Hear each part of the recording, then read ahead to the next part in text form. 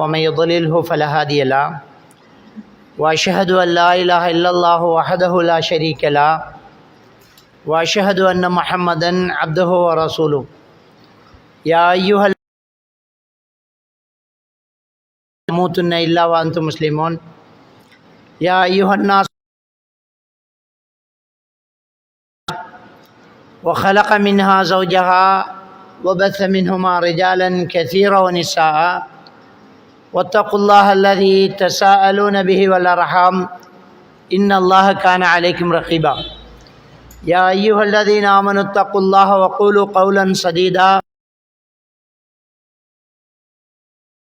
ذنوبكم ومن يطع الله ورسوله فقد فاز فوزا عظيما أما بعد فإن أصدق الحديث كتاب الله وإن خير الهدي هدي محمد صلى الله عليه وسلم وشر الأمور محدثاتها وكل محدثة بدعة وكل بدعة ضلالة وكل ضلالة في النار.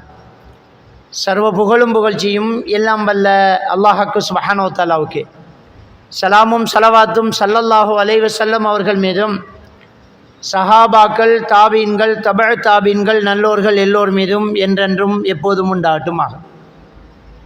அன்புக்குரிய அருமை சகோதரர்களே, அல்லாஹ்வுக்கு சுப்ஹானஹு வ தஆலா அவனுடைய திருமறையில் சூரத்துல் மாயிதா 3வது வசனத்தில் அல்யௌம அக்மல்து லக்கும் தீனக்கும் வ அத்மம்து அலைக்கும் நிஅமதி வ ரதீது லக்குமுல் இஸ்லாம தீனா, இன்றோடு உங்களுடைய மார்க்கம் பூர்த்தியாக்கப்பட்டு விட்டது. அல்லாஹ் தஆலா சொல்கிறான், இன்றோடு உங்களுடைய மார்க்கத்தை நான் பூர்த்தியாக்கி விட்டேன். வ அத்மம்து அலைக்கும் நிஅமதி, என்னுடைய அருளை உங்களுக்கு நான் பூர்த்தியாக்கி விட்டேன். வ ரதீது லக்குமுல் இஸ்லாம தீனா, இஸ்லாத்தை தான் உங்களிடமிருந்து மார்க்கமாக நான் பொருந்தி கொண்டிருக்கிறேன் என்று அல்லாஹ்வுக்கு சுப்ஹானஹு வ தஆலா இந்த திருக்குர்ஆன் வசனத்தை நபிகள் நாயகம் ஸல்லல்லாஹு அலைஹி வஸல்லம் அவர்களுடைய அந்த ஹஜ்ஜின் போது அரவா மைதானத்தில் அல்லாஹ் தஆலா அருளுறான். பெருமானார் ஸல்லல்லாஹு அலைஹி வஸல்லம் அவர்கள் ஒரு தடவை தான் ஹஜ்ஜி செஞ்சாங்க. அந்த ஒன்றும் ஸல்லல்லாஹு அலைஹி வஸல்லம் அவர்களுடைய மரணத்துக்கான அறிகுறிகள் அவருக்கு புரிந்த போதும், இந்த மக்களுக்கு இறுதியாக இந்த கடமைகளை வழிகாட்டி விட வேண்டும் என்ற போதும், சஹாபாக்களுக்கு பெருமானார் ஸல்லல்லாஹு அலைஹி வஸல்லம் அவர்கள் வரக்கூடிய ஹஜ்ஜி என்னுடைய தலைமையில் நடக்கும், எல்லோரும் அதை கடந்து கொள்ளுங்கள், என்னிடமிருந்து உங்களுடைய சடங்கு சம்பிரதாயங்களை கற்றுக்கொள்ளுங்கள் என்று பெருமானார் ஸல்லல்லாஹு அலைஹி வஸல்லம் அவர்கள் அறிவிக்கிறார்கள். ஒவ்வொன்றாக விஷயங்களை ஒவ்வொன்றாக எடுத்து கற்றுக் கொடுத்து இந்த மார்க்கத்தை அவர்களுக்கு கற்றுக் கொடுக்கின்றார்கள். அவருடைய கடைசி ரமலானிலே அவருடைய திருக்குர்ஆன் வசனம் செறிபொலை பார்க்கப்படுகிறது வழமை. அந்த கடைசி ரமலானிலே 2 முறை செறிபொலை பார்க்கப்பட்ட போதும் பெருமானார் ஸல்லல்லாஹு அலைஹி வஸல்லம் அவர்கள் தன்னுடைய மரண நேரம் நெருங்கி இருக்கிறது, தூதுத்துவம் முடிந்து விடுகிறது, நம்முடைய வேலை முடிந்து விடுகிறது என்பதை உணர்ச்சிபூர்வமாக உணர்ந்து கொள்கிறார்கள். சூரத்து நஸ்ர், இதா ஜாஅ நஸ்ருல்லாஹி வல் ஃபத்ஹ் அங்கிற அந்த அத்தியாயம் இறங்கிய போது, அல்லாஹ்வின் உதவியும் வெற்றியும் வந்துவிட்டால், மக்கள் கூட்டம் கூட்டமாக இந்த மார்க்கத்துக்குள் நுழைந்து விட்டால், அப்படி என்ற அந்த அத்தியாயம் இறங்கப்படுகிறது. அல்லாஹ்வை புகழுங்கள், இஸ்திக்பார் செய்து கொள்ளுங்கள் என்ற அந்த வசனம் வந்தபோது பெருமானார் ஸல்லல்லாஹு அலைஹி வஸல்லம் அவர்கள் மக்கா வெற்றி வந்துவிட்டது, மக்கள் கூட்டம் கூட்டமாக இஸ்லாத்துக்கு வந்து விடுகிறார்கள், நம்முடைய தூதுத்துவம் முடிந்து விடுகிறது என்பதை உணர்கிறார்கள். அந்த மரணத்தை நெருங்கி விட்டதை அவர் கண்காணிக்கின்றார். பெருமானார் ஸல்லல்லாஹு அலைஹி வஸல்லம் அவர்கள் அந்த மக்களுக்கு ஒவ்வொன்றாக உபதேசம் பண்ணினவர். ஒரு முறை ஜாமத்திலே எழுந்து மெதுவாக வீட்டின் கதவை அடைத்துவிட்டு வெளியே போவதை ஆயிஷா ரலியல்லாஹு தஆலா அவர்கள் கண் விழித்து கவனித்து கொண்டார்கள். நபிகள் நாயகம் ஸல்லல்லாஹு அலைஹி வஸல்லம் அவர்களுடைய ஒவ்வொரு வணக்கத்தையும் நுணுக்கமாக பின்துயர்ந்து அதை பின்பற்றி வாழ வேண்டும், மக்களுக்கு கற்றுக் கொடுக்க வேண்டும் என்ற ஒரு இல்மிய தாகமுள்ளவர் ஆயிஷா ரலியல்லாஹு தஆலா அன்ஹா அவர்கள். இந்த ஜாமத்தில் என்ன அமலுக்காக அல்லாஹ்வின் தூதர் வெளியே போகிறார் அப்படி என்பதை அவதானித்துக் கொள்வதற்காக ஆயிஷா ரலியல்லாஹு தஆலா அன்ஹா அவர்களும் கணவர் போகின்ற வழியினால் அவரை அறியாமலே அவருக்கு பின்னால் பின்று என்று மெல்ல மெல்ல போய் பார்த்தால் பெருமானார் ஸல்லல்லாஹு அலைஹி வஸல்லம் அவர்கள் ஜன்னத்துல் பக்கி என்கிற சஹாபாக்கள் நல்லடக்கம் செய்யப்பட்டிருக்கிற அந்த மையவாடிக்குள் நபிகள் நாயகம் ஸல்லல்லாஹு அலைஹி வஸல்லம் அவர்கள் நுழைகிறார்கள். ஆயிஷா ரலியல்லாஹு தஆலா அவர்களும் பின்னால் போய் நின்று பார்த்தால் நபிகள் நாயகம் ஸல்லல்லாஹு அலைஹி வஸல்லம் அவர்கள் இந்த உத்தம தோழர்களுக்காக அந்த மையவாடியில் நின்று அந்த மக்களுக்காக பிரார்த்தனை செய்து கண்ணீர் வடிக்கின்றார்கள்.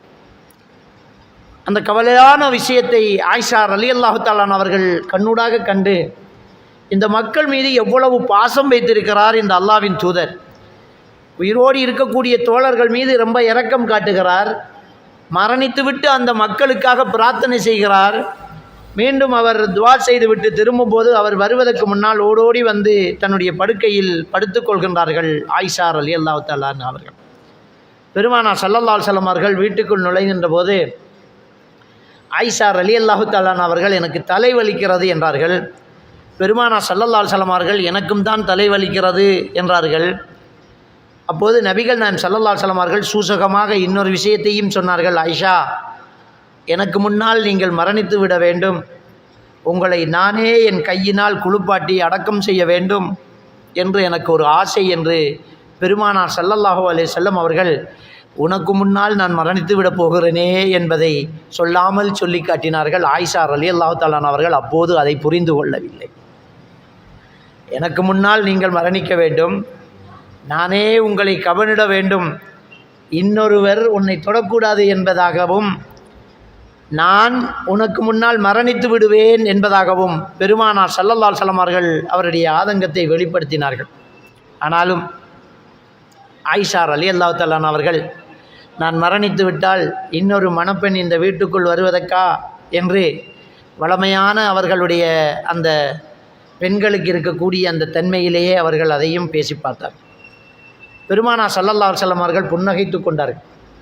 நபிகள் நாயகம் ஸல்லல்லாஹு அலைஹி வஸல்லம் அவர்கள் பள்ளிவாசலை தூத்து பெருக்கிக் கொண்டிருந்த ஒரு பெண்மணியை இன்று பகல் முழுக்க காணவில்லையே, எங்கே அந்த பெண் என்று கேட்டபோது சஹாபாக்கள் சொன்னார்கள், யா ரசூலல்லாஹ், இரவு அவர்கள் மரணித்து விட்டார்கள், நீங்கள் ஆழ்ந்த உறக்கத்திருப்பீர்கள், உங்கள் தூக்கத்தை கெடுக்க கூடாது என்பதற்காக நாங்களே அந்த பெண்ணுக்காக ஜனாசா தொழுகை நடத்தி அடக்கம் செய்து விட்டோம் என்று சொன்னபோது அல்லாஹ்வின் தூதர் ஸல்லல்லாஹு அலைஹி வஸல்லம் அவர்கள் அந்த இடத்துக்கு போய் அவர் ஜனாசா தொழுகை இரண்டாவது தடவை தொழுகை நடத்திவிட்டு ஒரு சட்டம் சொன்னார்கள், நான் உயிரோடு இருக்கும்போது என் தோழர்கள் மரணித்தால் என்னிடம் சொல்லாமல் அடக்கி விடாதீர்கள், காரணம் எனது தொழுகை விட்டு தர மாட்டேன், நான் கண்டிப்பாக தொழுகை நடத்த வேண்டும், எனக்கு சொல்லாமல் செய்து விடாதீர்கள் என்று அல்லாஹ்வின் தூதர் ஸல்லல்லாஹு அலைஹி வஸல்லம் அவர்கள் சொன்னார்கள். ஒரு ஆளுக்கு ஜனாசா தொழுகை நடத்தப்பட்டு விடுமாக இருந்தால் இன்னொருவர் மீண்டும் ஒரு முறை ஜனாசா தொழுகை நடத்துவது மார்க்கத்தில் அனுமதி அல்ல, ஆனால் அல்லாஹ்வின் தூதருக்கு மட்டும் அனுமதி. காரணம், அவரே சொன்னார், எனது தொழுகை அவருடைய கபருக்கு வெளிச்சம் என்றார்கள். அது அல்லாஹ்வின் தூதருக்கு மட்டும் உள்ளது. அல்லாஹ்வின் தூதர் அந்த சஹாபாக்கள் விஷயத்தில் எவ்வளவு கருணை கொண்டார்கள் என்றால், அவருடைய கபரு வெளிச்சமாகக்கூடிய ஒரு வாய்ப்பை ஏன் தவறவிட வேண்டும், என் தோழர்களுக்காக நான் தொழுகை நடத்த வேண்டும் என்று அந்த இடத்துக்கே போய் தொழுகை நடத்திவிட்டு அந்த பெண்மணிக்காக துவா செய்து விட்டு வந்தார்கள் அல்லவா. இவ்வளவு கருணை உள்ளவராக அந்த தோழர்கள் விடயத்திலே பெருமானார் ஸல்லல்லாஹு அலைஹி வஸல்லம் அவர்கள் நடந்து கொண்டார்.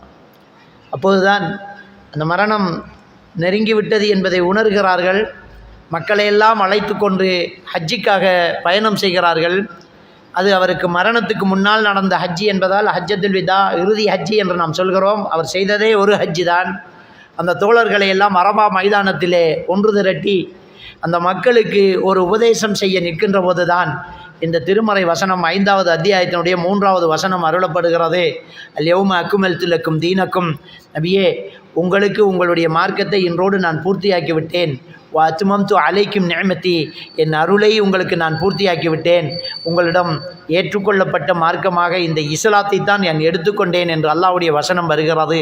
அந்த திருக்குர்ஆன் விரல் விட்டு எண்ணக்கூடிய ஒரு சில சஹாபாக்கள் அங்கே அழுதார்கள். உமர் ரலியல்லாஹு தஆலா அவர்கள் ஒரு யூதனை சந்தித்து பேசிக்கொண்டிருக்கின்ற போது அந்த யூதன் சொன்னான், இந்த வசனம் எவ்வளவோ அர்த்தம் உள்ளது. எங்களுக்கு மட்டும் இப்படி ஒரு வார்த்தை இருந்துகிறமாக இருந்தால் அந்த வார்த்தை அருளப்பட்ட தினத்தை நாங்கள் ஒரு கொண்டாட்டமாக கொண்டாடுவோம் என்று சொன்னபோது உமர் அலி அல்லாஹு தஆலா அவர்கள் சொன்னார்கள், அந்த வாசகம், இந்த வசனம் எப்போது அருளப்பட்டது, என்ன சந்தர்ப்பத்தில் அருளப்பட்டது, எந்த நாளில் அருளப்பட்டது என்றெல்லாம் எனக்கு தெரியும்.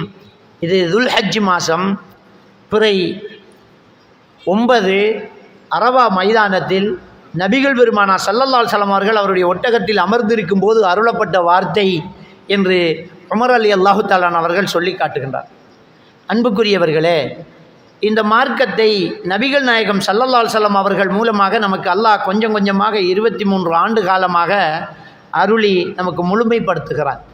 இதுக்கு முன்னால் வாழ்ந்த மக்களுக்கெல்லாம் அந்த மக்கள் நெறிபிறழும் போது, வழி தவறும் போது, அந்த மக்கள் பேசக்கூடிய மொழியில், அந்த மக்கள் வாழக்கூடிய பகுதியில், அந்த மக்களில் இருந்தே ஒரு தூதரை அல்லாஹ் தஆலா அனுப்பி அந்த மக்களை நேர்வழிப்படுத்துகிறார். சில சந்தர்ப்பங்களில் ஒரே ஊருக்கு திருக்குர்ஆன் வசனம் சொல்லி காட்டுகிறது.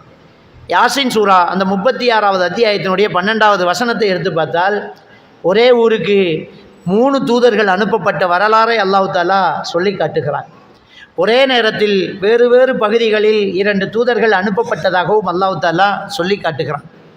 அப்போ இந்த மக்களை வழி நடத்துவதற்கு அந்த மக்கள் பேசும் மொழியில் அந்த மக்கள் பகுதியிலே இருக்கக்கூடியவரே அல்லாஹ் நபியாக தேர்ந்தெடுத்து அனுப்பி அந்த மக்களை நெறிப்படுத்தினார்.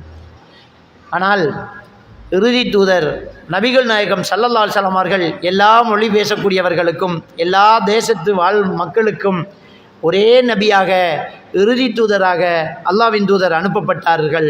ஜின்களுக்கும் அவர்தான் தூதராக அனுப்பப்பட்டிருக்கிறார். அல்லாஹ்வுடைய தூதர் ரஹ்மத்துல் ஆலமீன், அகிலத்தாருக்கே ஒரு அருட்கொடை என்று அல்லாஹ் தஆலா திருக்குர்ஆனிலே சொல்லி காட்டுகிறார். லா நபிய பஅதி, எனக்கு பின்னால் இன்னொரு நபி கிடையாது என்றும் நபிகள் நாயகம் ஸல்லல்லாஹு அலைஹி வஸல்லம் அவர்கள் சொல்லி காட்டுகின்றார்கள். இந்த விஷயத்தை நன்றாக புரிந்து கொள்ள வேண்டும். இறுதி நபி அவருக்கு பின்னால் நபி கிடையாது. மார்க்கம் பூர்த்தியாக்கப்பட்டிருக்கிறது. அந்த மார்க்கத்தில் கைகலப்பை ஏற்படுத்த முடியாது என்பதையெல்லாம் திருக்குர்ஆன் சொல்லி காட்டுகிறார். அல்லாஹ்வுடைய தூதரை பற்றி அல்லாஹ் தஆலா உத்தரவாதங்களை அடுக்கிக் கொண்டே போகிறான். லக்கத் கான லக்கும் ஃபீ ரசூலில்லாஹி உஸ்வத்துன் ஹஸனா, அல்லாஹ்வின் தூதரில் உங்களுக்கு அழகிய முன்மாதிரி இருக்கிறது என்று அவருடைய முன்மாதிரியை சொல்லி காட்டுகிறான். வமா ஆத்தாக்குமுர் ரசூலு ஃபஹுதுஹு வமா நஹாக்கும் அன்ஹு ஃபன்தஹு, அல்லாஹ்வுடைய தூதர் எதை கொண்டு வந்தாரோ அதை எடுத்து நடங்கள், எதை விட்டு உங்களை தடுத்தாரோ அதை நின்று விடுங்கள், அதை நின்று விட்டு விலகி நில்லுங்கள் என்று அல்லாஹ் தஆலா அவரை பின்பற்ற சொல்லுகிறான். வமா யன்திகு அனில் ஹவா இன் ஹுவ இல்லா வஹீன் யூஹா, அவர் மனோயிச்சை பிரகாரம் பேச மாட்டார், அவர் பேசுவதெல்லாம் அல்லாஹ்வுடைய வஹீதான் என்று அவரை பற்றி ஒரு உத்தரவாதம் தருகிறான். வலவ் தகவ்வல அலைனா பஅதல் அகாவில், இந்த மார்க்கத்தில் அவர் சொந்த கருத்தை ஒருவேளை பேசிவிடுவாராக இருந்தால் அஹத்னா மின்ஹு பில் யமீனி சும்ம லகதஅனா மின்ஹுல் வதீன், அவர் வலதை பிடித்து நாடி நரம்பை நாங்கள் தரித்து விடுவோம், அவர் பேச மாட்டார், பேசினால் விடவும் மாட்டோம் என்றும் அல்லாஹ் தஆலா அவருக்கு உத்தரவாதம் கொடுக்கிறான்.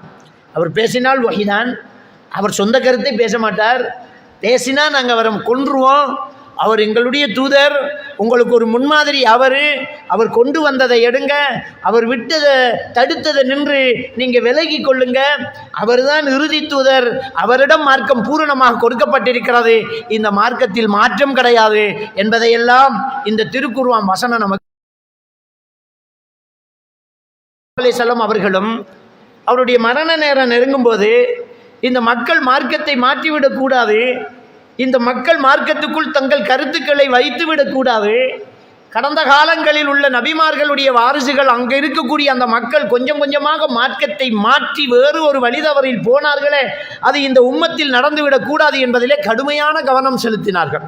அவர் சக்கராத்துடைய நிலையிலே இருக்கின்ற போது அந்த மக்களுக்கு புரியும்படியாக அல்லாஹ்வுடைய தூதர் ஸல்லல்லாஹு அலைஹி வஸல்லம் அவர்கள் அடிக்கடி சொன்ன விஷயம், லஅனத்துல்லாஹி அலல் யஹூது வன் நஸாரா, யூத கிறிஸ்தவர்கள் மீது அல்லாஹ்வுடைய சாபம் உண்டாகட்டுமாக, அல்லாஹ்வுடைய சாபம் அவர்கள் மீது உண்டாகட்டுமாக.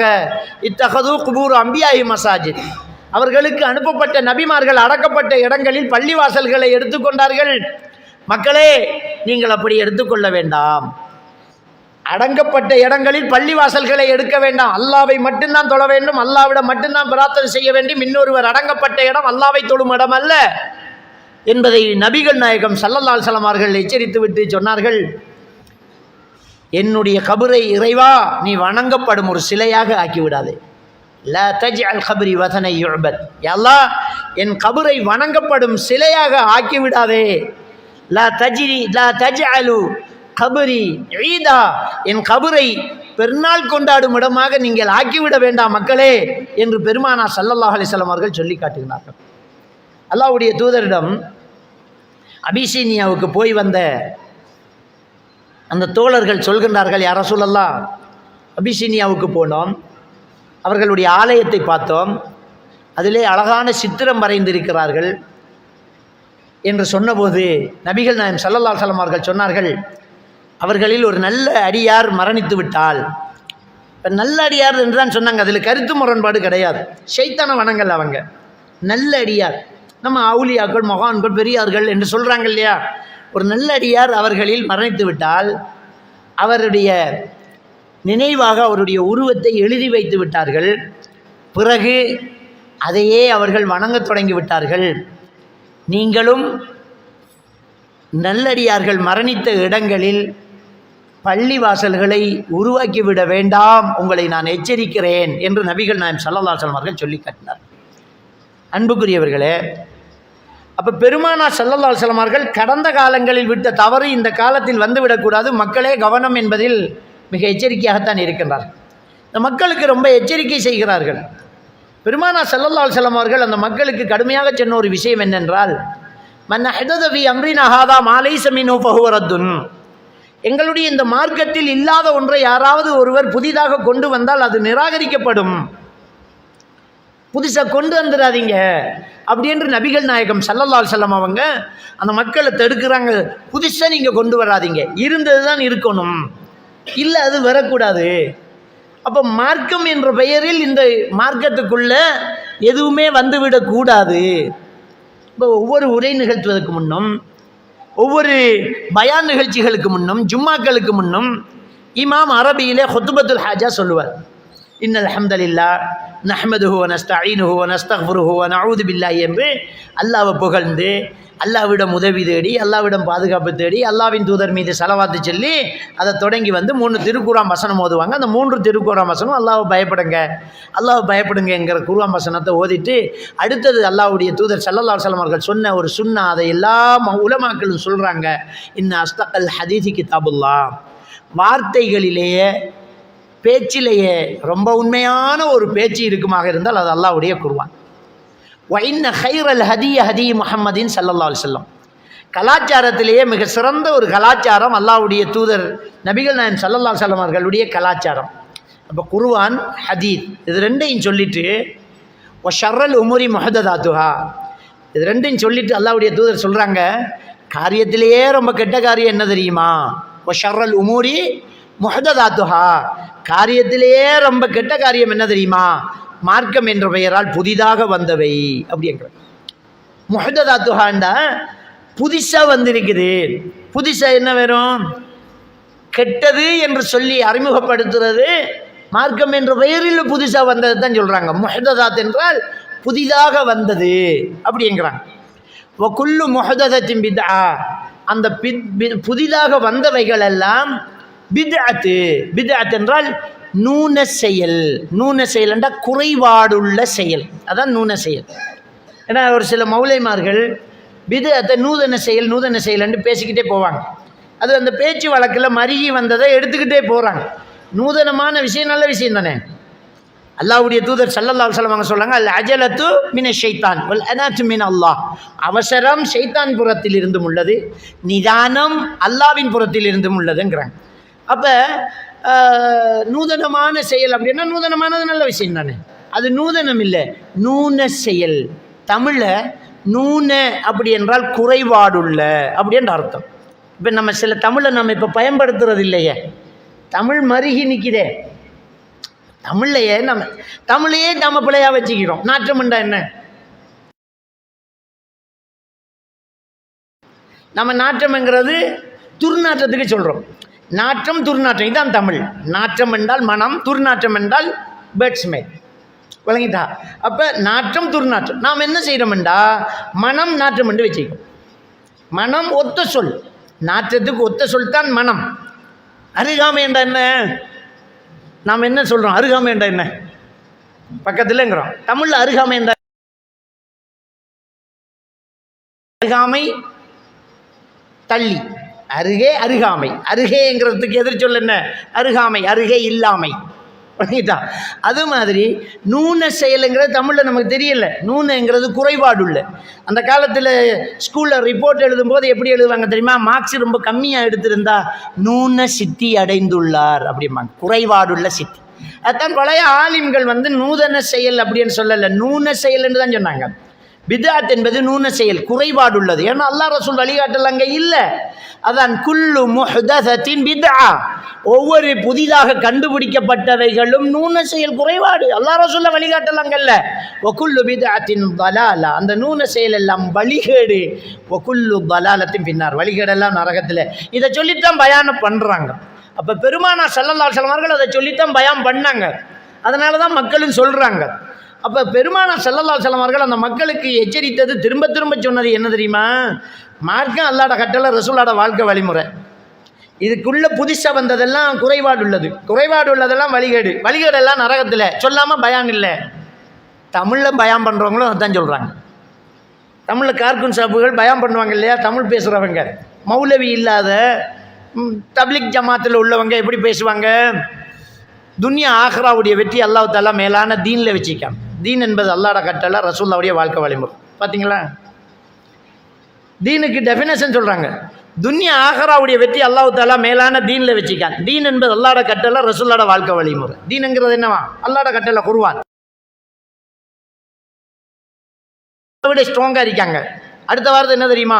இவை இரண்டையும் அணுவாக பின்பற்றி வாழ்கிறதுல தான் ஈருலக வெற்றியும் இருக்குது. அணுவாக பின்பற்றணும். அல்லாஹ்வுடைய தூதருடைய செயலுக்கு மாற்றமாக நடக்கக்கூடாது. சொல்லிட்டு என்னமோ கூட்டுத்துவா ஓதுறாங்க.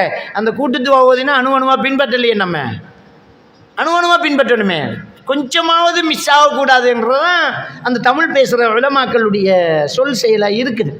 அப்போ பாருங்கள், அப்போ மார்க்கத்தை அல்லாஹ்வுடைய தூதர் ஸல்லல்லாஹு அலைஹி வஸல்லம் அவர்கள் நமக்கு அழகாக எடுத்து வைக்கிறாங்க. ஏன்னா மரணிக்க போகிறாங்க. மரணிக்கிறதுக்கு முன்னாடி எச்சரிக்கையெல்லாம் பண்ணிட்டாங்க. இப்படி பண்ணாத, அப்படி பண்ணாத, இப்படி செய்யாத, அப்படி கொண்டு வராத அப்படிங்கிறாங்க. அந்த சஹாபாக்களை திருத்துறாங்க, அந்த வார்த்தையை திருத்தி கொடுக்குறாங்க. நான் சொன்னது தான் நீ சொல்லணும், நான் சொல்கிறது தான் நீ சொல்லணும். நான் ரசூலுங்கிற இடத்துல ரசூல் தான் சொல்லணும், நபின்னு சொல்லக்கூடாது. நபிங்கிற இடத்துல நபி தான் வரணும்.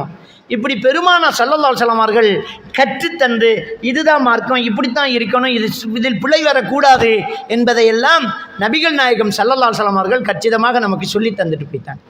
அதனால தான் இந்த மார்க்கம் இன்னும் உயிரோட்டமாக இருக்குது. ஒரு கொள்கையை சொன்னவர் மரணிப்பதற்கு முன்னாலேயே கொள்கை மாற்றம் வந்துடுறத நம்ம வரலாற்றில் பார்க்குறோம். எழுதினவன் உயிரோடு இருக்கும்போதே அதை பிழையாக விளங்கிக்கிட்டு போகிறான். எழுதினவன் உயிரோடு இருக்கும்போதே அவன் வார்த்தையில் பிழையை கண்டுபிடிச்சிக்கிட்டு போகிறான்னா இல்லையா? இங்கேயே போகுது, என்ன இருக்குது அதை பிழையாக எடுத்துகிட்டு போகிறான். எவ்வளோ பழமொழிகளை நம்ம தப்பாக எடுத்து வைக்கிறோம். விளங்கிட்டா? அடியாத மாடு வடியாதுன்னு பிள்ளைகளுக்கு போட்டு அடிக்கிறான். பழமொழி என்ன? அடியாத மாடு வடியாதுன்னு அடிக்க சொல்லியா இருக்குது. அடியா தமிழ் என்ன தெரியுமா?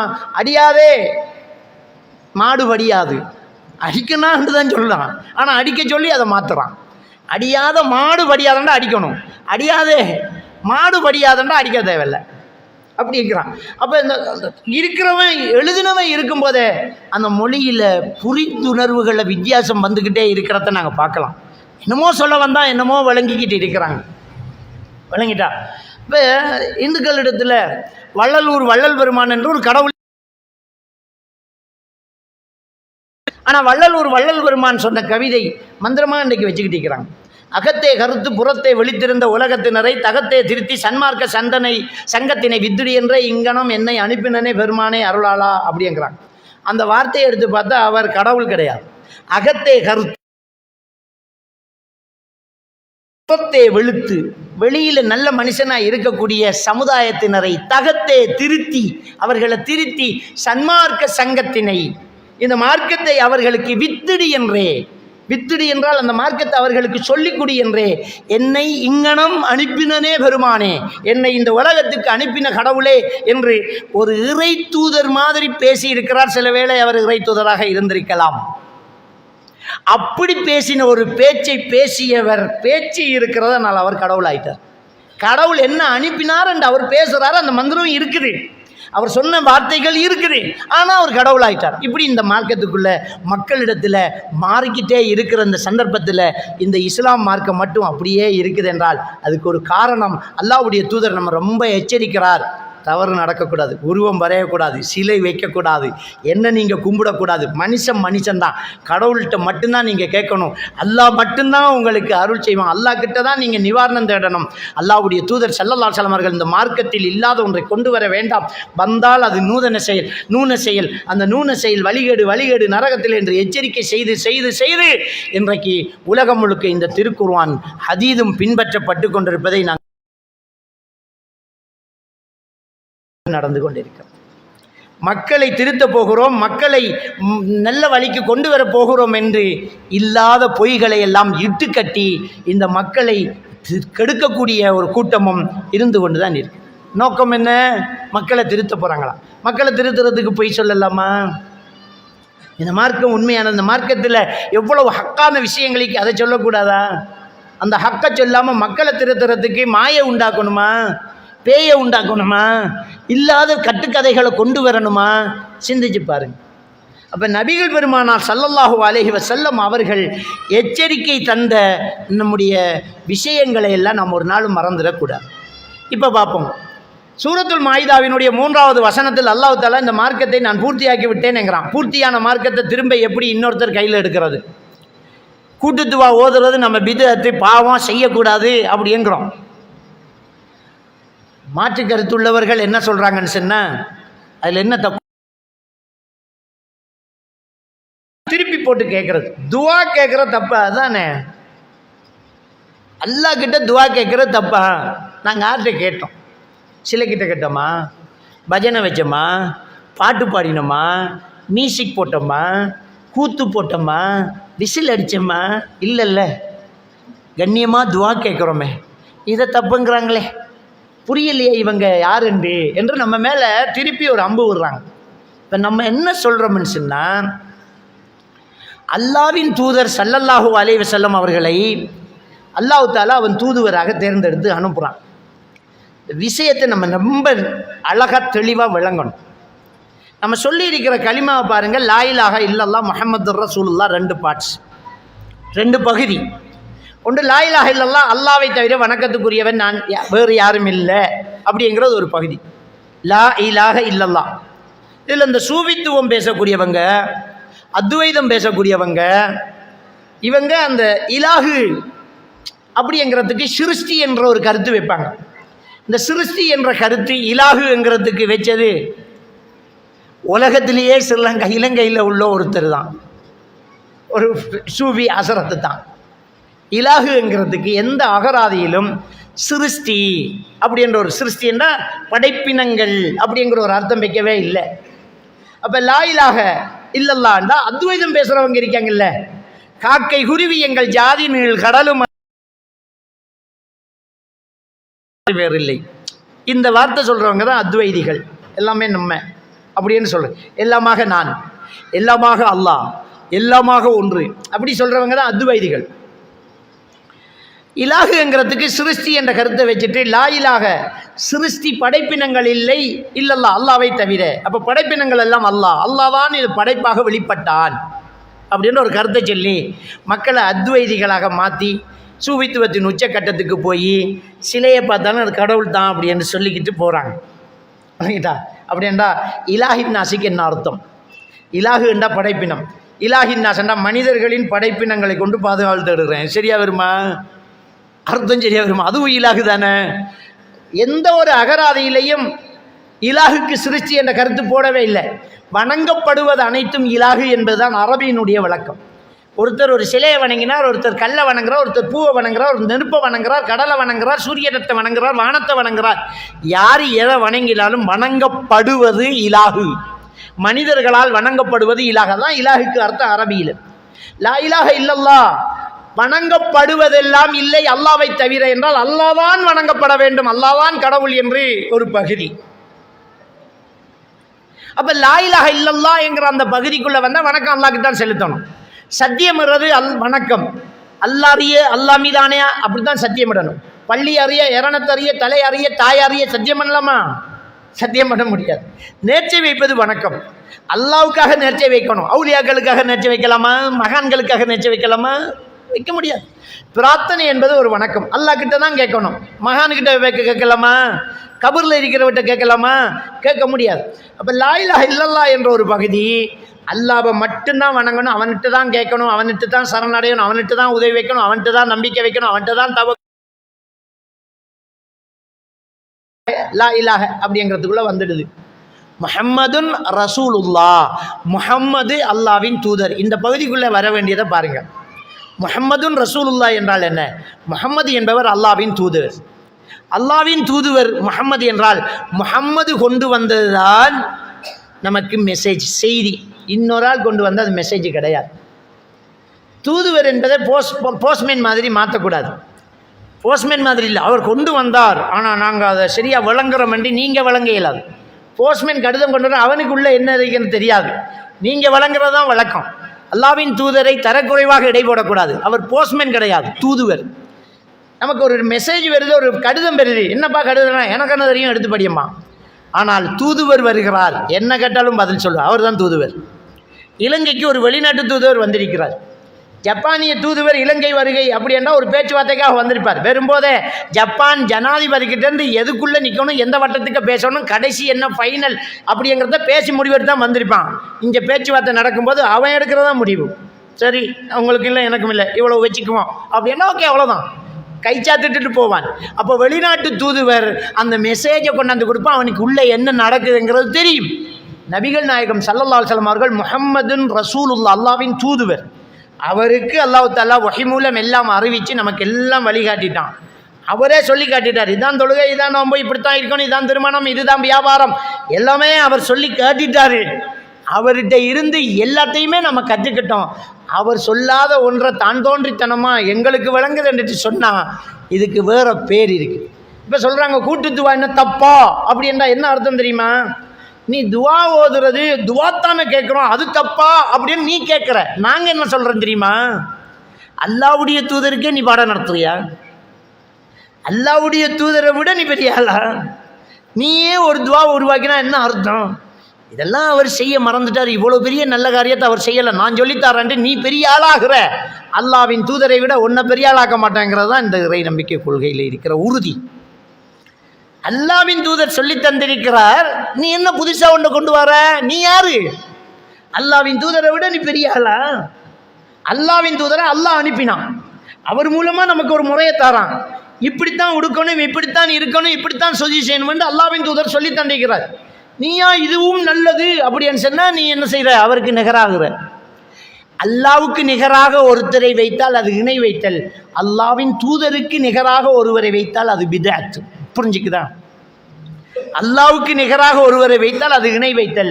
அல்லாவின் தூதுவருக்கு, இந்த தூதருக்கு, முஹம்மது நபிக்கு நிகராக ஒருவரை கொண்டு வந்தால், அதாவது அவர்தான் மார்க்கத்தின் செயற்பாடுகளை, சடங்கு சம்பிரதாயங்களை சொல்லித் தந்தவர், இப்படியும் செய்யலாம் என்று ஒருவர் வந்தால் அவரை நீங்கள் அல்லாவுடைய தூதருக்கு நிகராக்கி விட்டீர்கள்.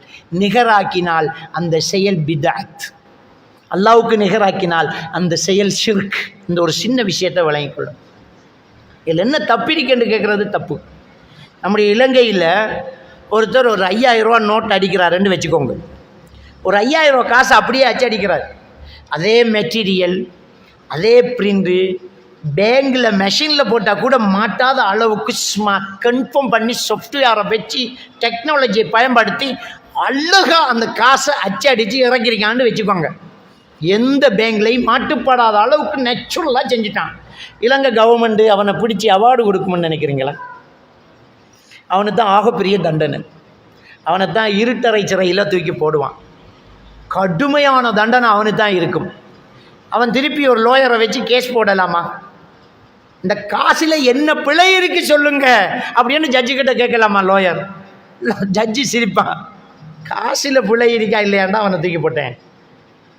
எங்கள் வேலையை நீ செய்கிறதுக்கு உனக்கு யார் பெர்மிஷன் கொடுத்தது?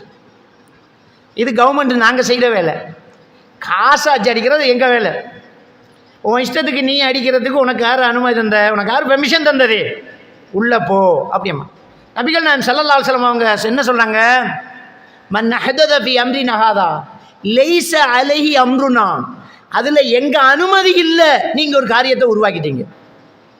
மன் அமில அமலன், யார் ஒரு அமலை ஒரு காரியத்தை செய்கிறார், லைஸ அலைஹி அம்ருனா, அந்த காரியத்தில் எங்கள் அனுமதி எதுவுமே இல்லை, நீ ஏன் ஒன்று செய்கிற, ஃபஹுவரத்துன், அது நிராகரிக்கப்படுவாங்கிற. இதே மேட்டர் தானே. நான் அனுமதி தராமல் நீ எப்படி காசு அடிப்போம்? காசு என்னமோ ஒரிஜினல் தான். இப்போ என்ன? இப்போ நான் அனுமதி தராமல் நீ எப்படி செய்வோம்? உன் வீட்டு சொத்தா? கவர்மெண்ட் உன் வீட்டு கவர்மெண்டா? இது மார்க்கம் அல்லாஹ்வுடையது. அல்லாஹ்வுடைய மார்க்கத்தை அல்லாஹ்வின் தூதர் மூலமாக தரணும். நீ உன் இஷ்டத்துக்கு ஒரு நோன்பை உருவாக்கினா, உன் இஷ்டத்துக்கு நீ ஒரு ஸ்டைலாக கொண்டு வந்தா அது அனுமதிக்கப்படுமா? இதை விட இந்த பித்அத்தை வழங்கப்படுத்துறதுக்கு வேற உதாரணம் தேவையில்லை என்று நான் நினைக்கிறேன். இதை விட வேற எதுவுமே தேவையில்லை. என்னெல்லாம் சொல்கிறாங்க, நோன்பு பிடிப்பது தப்பா, துஆ ஓதுறது தப்பா, கந்தூரி கொடுப்பது தப்பா, இதை கொடி கட்டுறது தப்பா. என்ன தப்பு? நீங்கள் என்ன செஞ்சாலும் தப்பு தான். ஏன் தெரியுமா? அல்லாஹ்வின் தூதர் ஸல்லல்லாஹு அலைஹி வஸல்லம் அவர்கள் கொண்டு வந்ததான் மார்க்கம்.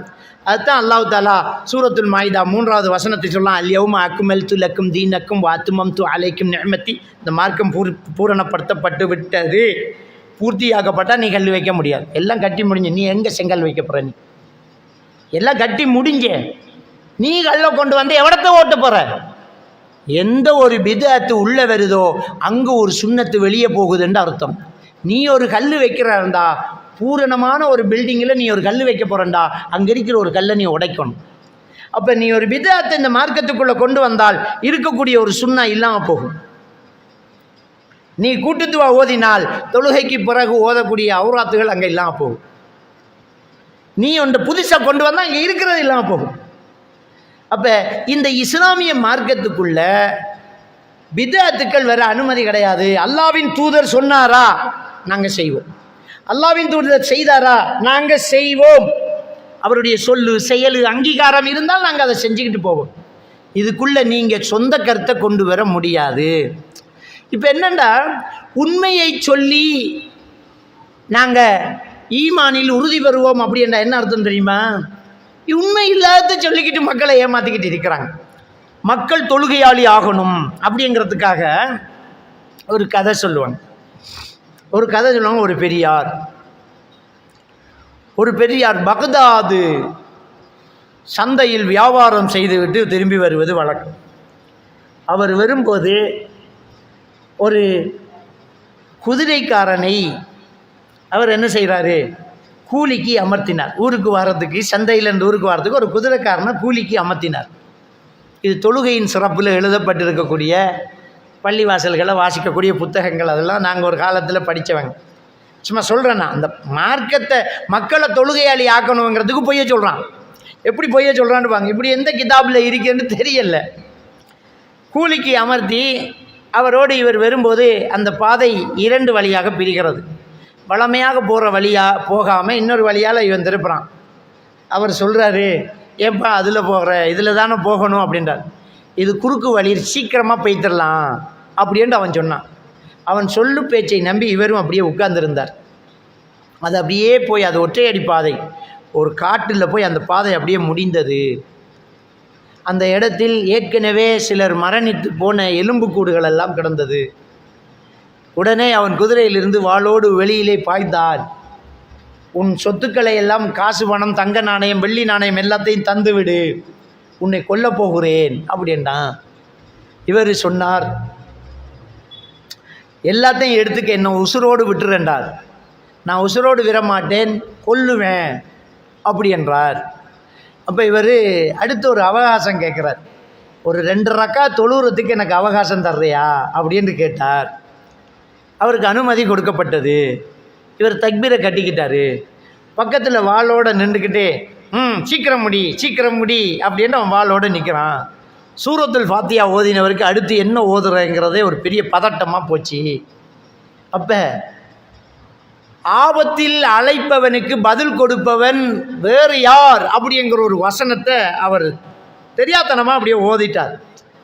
அபயத்தில் அழைப்பவன், அந்த அழைப்பவனுக்கு பதில் கொடுப்பவன் யார்? அல்லாஹ் தானே பதில் கொடுக்கணும் அப்படின்னு குர்ஆன் வசனத்தில் உமை எஜிபில் முழுத்தர் இதா தாவ். அப்போ அந்த வசனத்தை அப்படியே ஓதின உடனே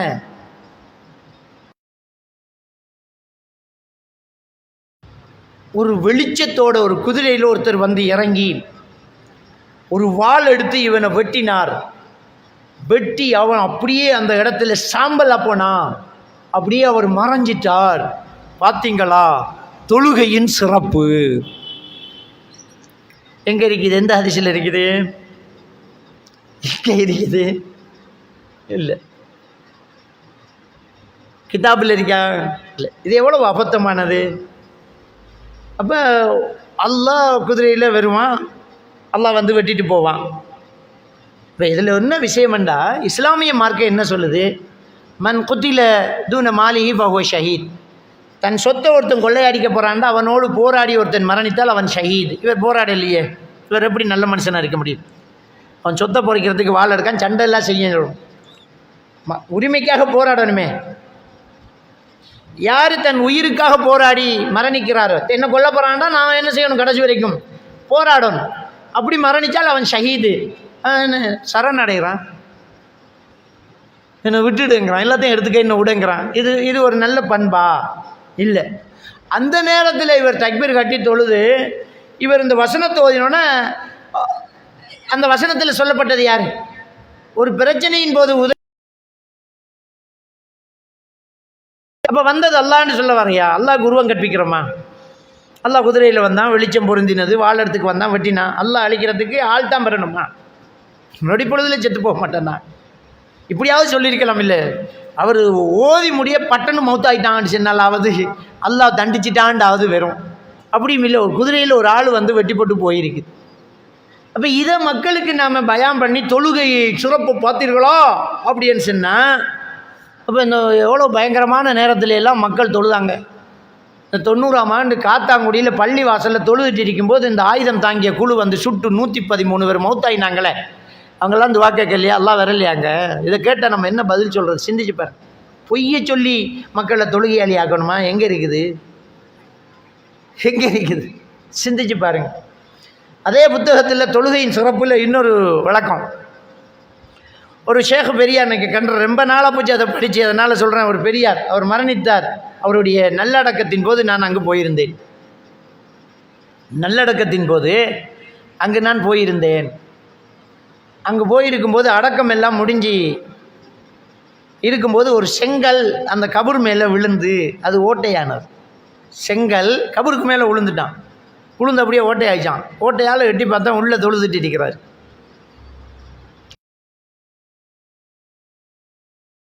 உங்கள் மாப்பிள்ளை என்ன விசேஷமான அமல் செய்வார்? அவர் இன்னும் விசேஷமான ஏதாவது அமல் செஞ்சிருக்கிறாரா? என்ன செய்தார் அப்படின்னு நான் கேட்டேன். அதுக்கு அவங்க மனைவி சொன்னாங்க, அவர் எப்போவுமே தொழுதுட்டு துவா கேட்பாங்க, யா அல்லாஹ் இந்த தொழுகையின் குளிர்ச்சி, கண் குளிர்ச்சி, இந்த தொழுகையின் டேஸ்ட் அவருக்கு பட்டதுனால அவர் துவா கேட்டார், யா அல்லாஹ் கபருக்கு தொழக்கூடிய பாக்கியத்தை நீ யாருக்காவது கொடுக்குறதா இருந்தால் எனக்கு தான். அப்படி துவா கேட்பார் அப்படின்னு. பார்த்தீங்களோ, கபரில் தொழுத பெரியார் தலைப்பு அதுக்கு. அப்போ இப்படியெல்லாம் பொய்ய சொல்லணுமா? நான் கேட்குறேன், கபூரில் செங்கல் விழுந்தால் ஓட்டை ஆகிறதுக்கு அது என்ன பப்படமா? மண்ணு குவிச்சிருக்கிற கபூரில் நீங்கள் ஒரு செங்கல் போட்டு பாருங்கள், ஓட்டை ஆகுமா? சரி, ஒரு முஸ்லீம் மையவாடியில் கபூர் நல்லடக்கம் செய்கிற இடத்துல செங்கலுக்கு என்ன வேலை? நம்ம என்ன கல்லால் கட்டுறவங்களா? நம்ம என்ன கல்லால் கட்டுறவங்களா? எதுக்கு இதெல்லாம்? இந்த கேள்வியெல்லாம் வந்தால் நம்ம என்ன பதில் சொல்ல? தொழுகையின் சிறப்பு சொல்றதுக்கு குர்ஆன்கள் இல்லையா? குர்ஆன் வசனங்கள் இல்லையா? சூரத்து நிசா 103வது வசனத்தை சொல்லலாமே. இன்ன சலாத்த கானத் அலல் மூமினீன கிதாப மௌகூதா. இந்த தொழுகை மூமின்களுக்கு ஒரு நேரம் குறித்த கடமையாக்கப்பட்டுள்ளது. சூரா அல் முத்தஸிர் 42 43வது வசனத்தை சொல்லலாமே. மா சலக்கக்கும் ஃபீ ஸகர் லம் நகும் மினல் முஸல்லீன். இந்த சக்கரைங்கிற நரகத்துக்குள்ள ஏன்பா வந்தீங்கன்னு கேட்கப்பட்டது. அவர் நபிகள் பெருமானா ஸல்லல்லாஹு அலைஹி வஸல்லம் அவர்கள் தொழுகை சொர்க்கத்தின் துறவுகோல் என்று சொன்னது நமக்கு தெரியாதா? நபிகள் நாயகம் ஸல்லல்லாஹு அலைஹி வஸல்லம் அவர்கள் அவ்வலுமா யுஸல்லுல் அப்து யௌமல் கியாமா அனி ஸலா, நாளை மறுமையில் ஒரு மனிதன் முதல் விசாரிக்கப்படுவது தொழுகையை பற்றி அப்படி என்று சொன்ன ஹதீஸ் நமக்கு போதாதா?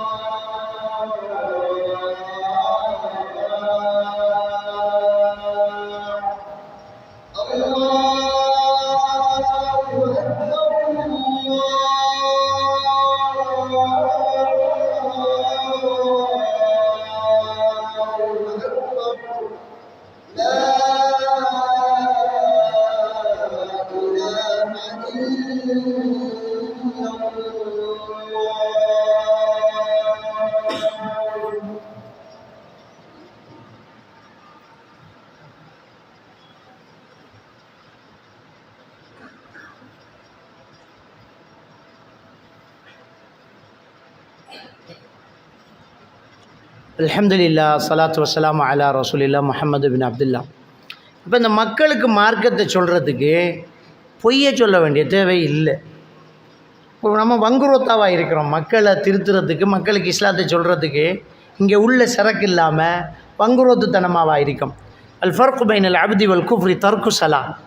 மூமினுக்கும் மூமின் அல்லாதவரையும் வித்தியாசப்படுத்துவது தொழுகை தான் என்று நபிகள் நாயகம் ஸல்லல்லாஹு அலைஹி வஸல்லம் அவர்கள் சொன்னது போதாதா? ஒரு மனிதனை அச்சப்படுத்தி இஸ்லாத்தின் பக்கம் திருப்புறதுக்கு, அல்லாவின் பக்கம் அவரை மாற்றுறதுக்கு நம்ம ஒரு பேயை உருவாக்கி ஒரு ஜின்னை உண்டாக்கி பயங்காட்டணுமா? சிந்திச்சு பாருங்க. அப்போ இப்படியெல்லாம் நம்ம என்ன செய்யக்கூடாது. ஒரு பெரியார் ஒரு ஊரில் நடந்தது, இந்த கதையை வரக்கூடாது. ஏன்னா அல்லாஹ்வுக்கு சுப்ஹானஹு வ தஆலா சூரா ஜாஅக்கும் ஃபாஸிகுன் பிநபையின் ஃபதபையனு 15வது வசனம். உங்களில் இடத்தில் ஒரு கெட்டவன் ஒரு செய்தியை கொண்டு வந்தால் தீர விசாரிங்கிறான் அல்லாஹ். தீர விசாரிங்க, சும்மாலாம் எடுக்கக்கூடாது. ஒரு செய்தியை கொண்டு வந்தால் நீங்கள் தீர விசாரிங்க. அப்படி தீர விசாரிக்காமல் நீங்கள் பின்பற்றினால் ஃபத்துஸ்பிஹு அலா மா ஃபஅல்தும் நாதிமீன், நீங்கள் செய்த காரியத்தினால் நீங்கள் கை சேதப்பட வேண்டி வரும் அப்படிங்கிறான் அல்லாஹ். இப்போ நம்ம எந்த ஒரு காரியத்தையும் தீர விசாரிக்கணும். இந்த ஹதீதுகளை சஹீஹ் லைஃப் பார்க்குறது எதுக்காக என்றால், இந்த மார்க்கத்தின் பெயரால் இட்டி கட்டிவிடக்கூடாது என்பதற்காக. இந்த மார்க்கத்தின் பெயரால் அந்த கொள்கையை வளர்க்குறதுக்கு, அவர் தப்பிக்கிறதுக்கு இட்டு கட்டிக்குவாங்க. அப்படி இட்டு கட்டினதெல்லாம் இருந்துச்சு. சில நேரம் மறதியாக சொல்லிடுவாங்க, மறந்து சொல்லிடுவாங்க, பிழையாக சொல்லிடுவாங்க. அதுதான் ஹதீஸ் அறிவிப்பாளர்களை எல்லாம் பார்க்குறது. நம்ம இது சஹியான ஹதீஸ், இது இட்டு கட்டப்பட்டது, இது லைவான ஹதீஸ் என்றெல்லாம் எதுக்கு சொல்கிறோம் அப்படி என்றால், அந்த ஹதீஸ் பிழை. இப்போ பெருமானார் ஸல்லல்லாஹு அலைஹி வஸல்லம் அவர்கள் அவர் மரணிக்கும் வரை சுபகில் குனுத்தோதினார்கள் அப்படிங்கிற ஒரு ஹதீஸ் வருது. அந்த ஹதீஸ் ஒரு இட்டுக்கட்டப்பட்ட ஒரு ஹதீஸ். ஆனால் பெருமானார் ஸல்லல்லாஹு அலைஹி வஸல்லம் அவர்கள் 1 மாத காலம் குனுத்தோதினார்கள் அப்படிங்கிறது சரியான ஹதீஸ். அது சுபகில் இல்லை, எல்லா தொழுகையிலையும் குனுத்தோதினார்கள். ஆனால் அல்லாஹ் தஆலா அதை தடுத்தான். வஹி வந்தது, அதை நிறுத்தினாங்க. நிறுத்தினதுனால நம்ம நிறுத்திக்கிட்டோம். அப்போ இதை நம்ம சொல்கிறோம். சுபகில் குனுத்தோதுக தப்பா? அதுக்கு ஒரு மௌஜூஜ் கூட்டத்தை கொண்டு வருவாங்க. இப்போ யௌஜூஜ் மௌஜூஜ் கூட்டம் இருக்குது. அந்த யௌஜூஜ் மௌஜூஜ் கூட்டத்தை அடக்கிறதுக்கு துல்கர்னைன் என்ன செய்கிறாருன்னா, 2 மலைகளுக்கு இடையில் இரும்பை உருக்கி செம்பை வாத்து தடுத்துட்டார். இது குர்ஆன்ல அல்லாஹ் தஆலா சொல்லக்கூடிய சம்பவம். துல்கர்னைன்ங்கிற ஒருவர் ஒரு பெரிய ராஜாவாக உலகத்தையே சுற்றி வந்தார். அவர் கிழக்கில் தொடங்கி கிழக்கில் முடிந்தார் என்றால் உலகம் உருண்டைங்கிறதுக்கு அதுவும் ஒரு ஆதாரம். அப்படியே கிழக்கில் போயிட்டு திரும்பவும் கிழக்கில் வராருன்னா உலகம் உருண்டைன்னு அர்த்தம். அப்படியே போகும்போது அவர் மொழி தெரியாத ஒரு கூட்டத்தை சந்தித்தார். மொழியில் சைக்கிணையால் பேசிக்கிட்டாங்க.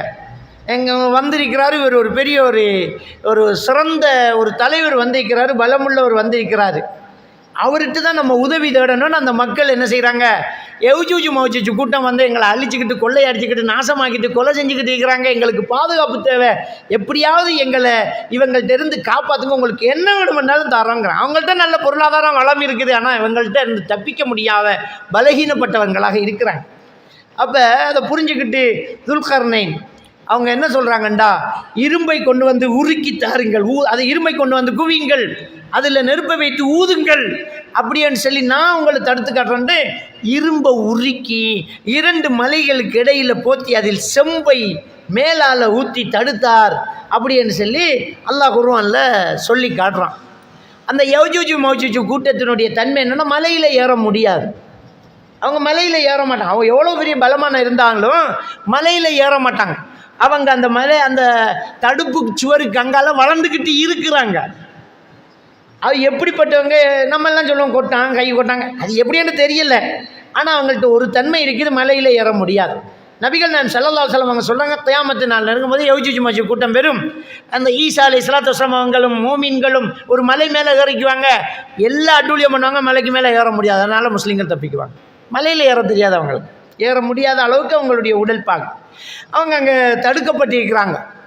ஹதீஸ்கள் என்ன வருதுன்னு சொன்னால், அவங்க வந்து அது ஓட்டையை போடுறாங்க, அந்த தடுப்பு சுவரில் ஓட்டையை போடுறாங்க. ஓட்டையை போட்டுட்டு நாளைக்கு வெறும் இருக்கட்டும், நாளைக்கு வந்து மீதியை போடுவோன்ட்டு போவாங்க. அது திரும்ப வளர்ந்துடும். அது அல்லாஹ் நம்மளை பாதுகாக்கிறதுக்கு அதை வளர்க்குறான். அது திரும்ப வளர்ந்துடும். திரும்ப வருவாங்க, ஓட்டையை போடுவாங்க, நாளைக்கு பார்த்துக்கலான்றாங்க, அது திரும்ப வளர்ந்துடும்.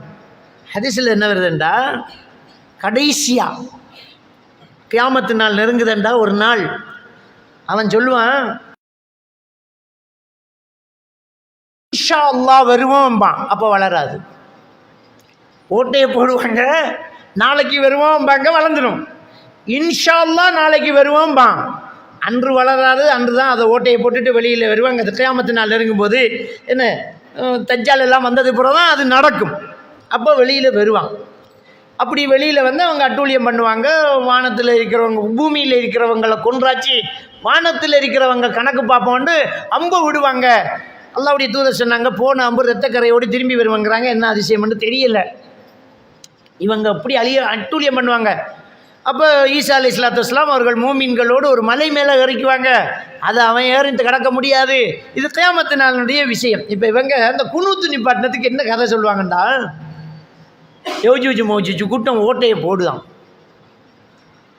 குனுத்து ஓத வளருதான். எப்போ சுபவியில் குனுத்து ஓதுறத்தை நிறுத்துகிறாங்களோ அப்போ வளராது, நம்மளை வந்து அழிச்சிருவாங்க. இப்போ பயத்தில் குனுத்து ஓதுவான். என்னடா இது, குனுத்து ஓதாட்டி அம்புட்டு தான். மார்க்கத்தை சொல்கிறதுக்கு ஹதீஸ் வேணாமா, பொய்யை சொல்லணுமா? குனுத்து ஓதாட்டி யஜூஜ் மஜூஜ் கூட்டம் வரும் அப்படின்ட்டு பயம் காட்டினா இது நியாயமா? ஹதீஸில் எங்கே இருக்குது? ஹதீஸில் இருக்கு, அவன் இன்ஷா அல்லாஹ் சொன்னால் தான் அது நிற்குமா. யஜூஜ் மஜூஜ் கூட்டமே சொல்லும் இன்ஷா அல்லாஹ் நாளைக்கு வருவோம்பான். அப்போ அது வரைக்கும் வளர்ந்துக்கிட்டு இருக்கு. அதுக்கு இப்போ என்ன பிரச்சனைன்னு, இந்த வஹாபிகள், இந்த தௌஹீத்வாதிகள் யஜூஜ் மஜூஜ் கூட்டத்தை இறக்க போகிறான். இவன் மெல்ல இப்போ கூட்டத்துவா நிப்பாட்டுறான். இவன் யஜூஜ் மஜூஜ் கூட்டத்தில் ஆள்.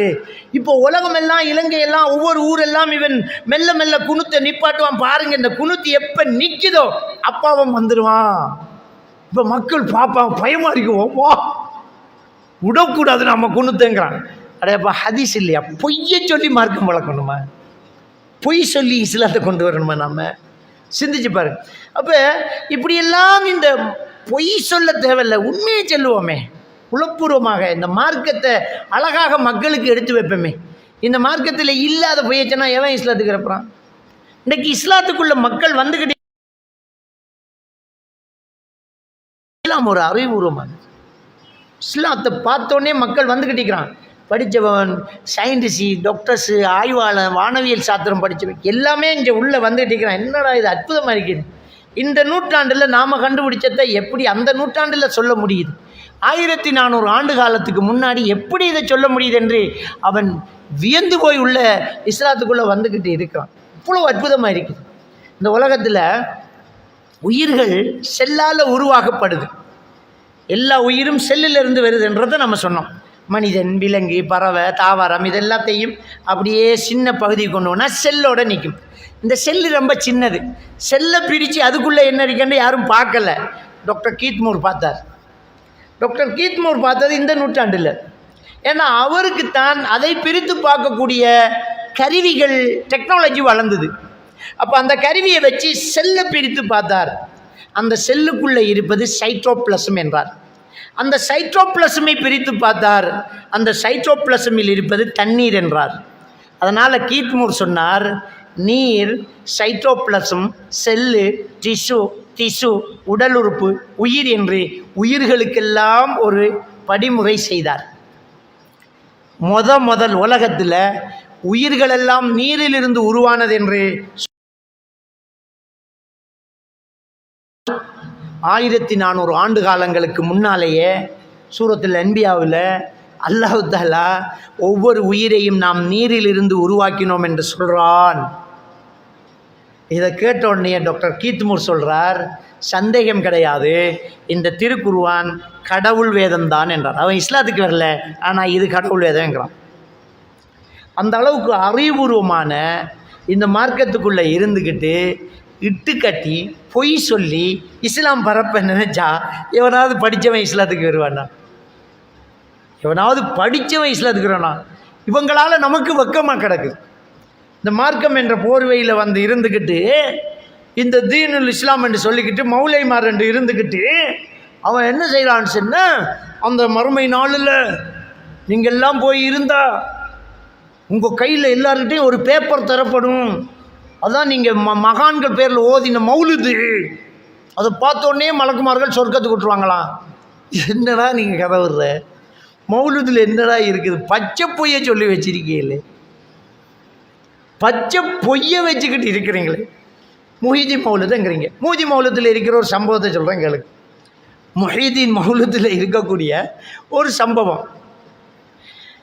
முஹிதீன் அப்துல் காதர் ஜெயிலானி, அவர் தான் பெரிய அவுலியாக்களுக்கெல்லாம் அவுலியா. அந்த அவுலியாக்களுக்கெல்லாம் அவுலியாவாக இருக்கக்கூடிய அந்த அவுலியா என்ன செய்கிறாருன்னு சொன்னால், முஹிதீன் அப்துல் காதர் ஜெயிலானி அவருக்கு கீழே இருக்கக்கூடிய ஒரு சிஷியனை விலாயத்து பட்டத்தை பறிச்சுட்டு தீன் ஒன்றை பற்றி என்னட்டத்தை முறையீடு செஞ்சுட்டு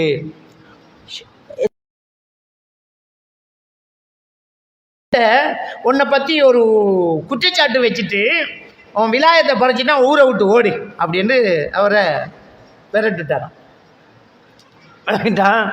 அவர் போகிறார், வெளியில் போகிறார். போனால் அவருக்கு முலஃபர் என்ற இன்னொரு கூட்டாளி, இன்னொரு அவுலியா. இவர் பக்தாதுக்குள்ளே உள்ளே வர வர வர வர அவர் பக்தாதை விட்டு ஈராக்குக்கு ஓடிட்டாரான். ஈராக்கு தலைநகரம் தான் பக்தாது. இந்த மௌலுது என்ன லீகண்டா பக்தாதை விட்டு வெளியில் ஓட சின்னத்துக்கு பக்தாதை விட்டு ஈராக்குக்கு ஓடிட்டாரான்.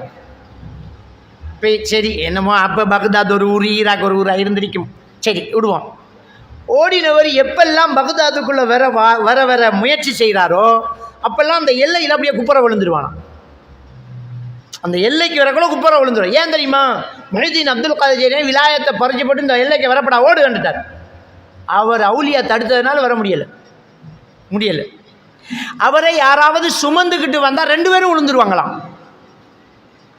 இது முஹிதீன் மௌலுதில் இருக்கிற கதை. சரி, அதுவும் பரவாயில்ல, 2 பேரும் விழுந்துட்டாங்களாம். இப்போ அவருடைய தாய் வந்து அபூபக்கர், அவரை பேர். அந்த அபூபக்கருடைய தாய் முஹிதீன் அப்துல் காதர் ஜெயிலானி ரஹ்மத்துல்லாஹி அலைஹி அவர்கிட்ட வந்து கெஞ்சுறாங்க, எனக்கும் வயசான காலம், அங்கே அவர் இருக்கிற இடத்த போக முடியாது, என் பிள்ளைய பார்க்காம என்னால் இருக்க முடியாது, என் பிள்ளைய பார்க்கணும், அவர் மேலே போட்ட தடையை வந்து நீங்கள் நீக்கிடுங்க. விளங்கிட்டா? தயவு செஞ்சு அவரை விடுங்க, அவர் பகுதாதுக்குள்ளே விரட்டும் அப்படின்னு முஹைதீன் அப்துல் காதர் ஜெயிலானிட்ட உம்மா வந்து கெஞ்சிராவான். கெஞ்சினத்துக்கு முஹைதீன் அப்துல் காதர் ஜெயிலானி சொன்னாரான், உனக்காக நான் ஒரு சலுகை தாரேன். அவர் நிலத்தால் வெளியால் வர முடியாது, அவருக்கு தேவைன்னா நிலத்துக்குள்ளால் வந்து உன் வீட்டு கிணத்துக்குள்ளே வந்து உன்னோட பேசி போட்டு போகட்டும் அப்படின்னு சொன்னாராம். அதிலிருந்து அந்த அபூபக்கர் ரஹாமிங்கிற அந்த அவுலியா நிலத்துக்குள்ளால் வந்து கிணத்துக்குள்ளே நின்று உம்மாவோட கதைச்சு போட்டு போவார். இது இந்த மார்க்கத்தில் கதைக்கிற கதை. என்ன மண்புழுவா மனுஷனா? நிலத்துக்குள்ளால் அடையப்பா வெளியால் வரணுன்னாதவர் நிலத்துக்குள்ளால் வரான்டா அவர் எவ்வளோ டேலண்டான ஆளாக இருப்பார். சரி, அதுக்கும் பிறகு இந்த முலஃபர் திக்ர் செய்து ஜதுபுடைய நிலை அடைந்தார். திக்ர் செஞ்சு ஜதுபுடைய நிலை என்றா என்ன? இந்த கூட்டமாக இருந்துக்கிட்டு ஜிக்ர் செய்வாங்க. இதே முதல் இஸ்லாத்தில் இல்லை. அல்லாவை நீங்கள் உங்கள் மனதுக்குள்ளே பிரார்த்தனை செய்யுங்கன்னா அல்லாஹ் தஆலா திருக்குர்ஆன்ல சொல்லலாம், இவங்க ஹூ ஹூ ஹூ என்று கத்தி ஒரு கட்டத்தில் எழும்பி ஆடிடுவாங்க. ஓனோ அப்படியே பாடு, அதுதான் ஜெதுபுங்கிறது. அப்படியே வெறி ஏறும்.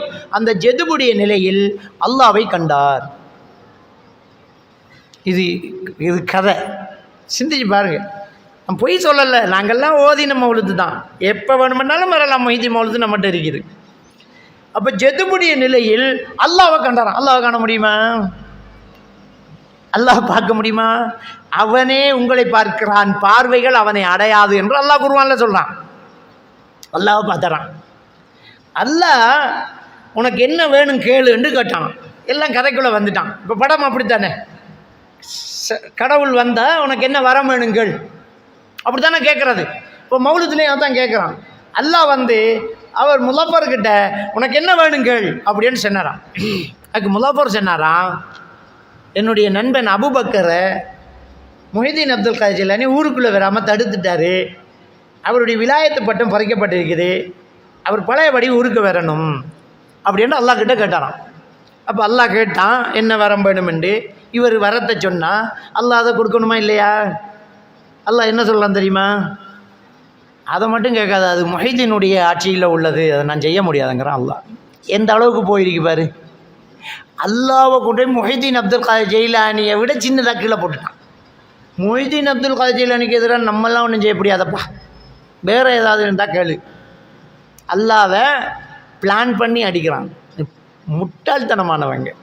இதை பள்ளிக்குள்ளே ஓதுறான். அந்த மௌலுதை, இந்த மொய்தி மௌலுதை பள்ளிக்கு ஓதுறான். வெள்ளை விரிச்சிருக்கிறான், காணிக்க கொடுக்குறான், நார்ஜா கொடுக்குறான். நாங்கள்லாம் கையேந்திக்கிட்டு மொக்காடு ஓட்டுக்கு பொம்பளை எழுச்சு நல்லா மார்க்கமா? என்ன மார்க்கம் இது?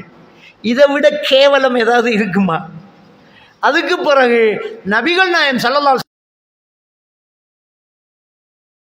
நபி வார நபிக்கிட்ட கேட்டாரான், அபூபக்கருடைய அந்த நிலைமையை திருப்பி தர இயலாதான்? நபி சொன்னாராம், முஹைதீனுடைய விடயம் நான் தலையிட முடியாது, என்றாலும் ஒன்று மட்டும் சொல்கிறேன், நான் மன்னித்து விட்டேன் என்று சொல்லி அவரை மன்னிக்க சொல். முகமது நபிக்கும் இயலாது. இப்போ அல்லாவை விட முகமது நபியை விட முஹைதீன் அப்துல் காதர் ஜெயிலானியா டாப் லெவலில் வச்சு மௌலுதி எழுதி மார்க்கம் என்று மக்களை சொன்னால் இது இஸ்லாமா? இதுக்குள்ளே யாராவது வருவாங்களா? இப்படி ஒரு பொய் சொல்லணுமா? நம்ம இதான மார்க்கம்? என்னடாப்பா நடக்குது இந்த உலகத்தில்? எவ்வளோ சரியான ஹதீஸுகள் இருக்கும்போது, அல்லாஹ்வுடைய தூதருடைய வழிகாட்டல் இருக்கும்போது இட்டுக்கட்ட இடம் கொடுத்தா எப்படியெல்லாம் கட்டியிருக்கான் பாருங்கள்.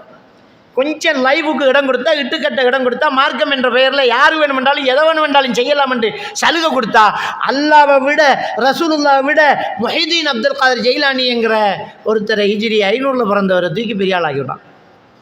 அதுக்கு பிறகு அவர் வந்து முஹைதீன் அப்துல் காதர் ஜெயிலான்ட்ட அல்லாஹ் நபி மன்னிச்சிட்டாங்களா, அவங்களே மன்னிக்கிட்டாமன்னு சொல்லி அதுக்கு பிறகு அவர் விட்டு கொடுத்தாராம். சரி, கதை முடியுது. இது முஹைதி மௌலுதில் ஒரு கவிதை, ஒரு பாட்டு.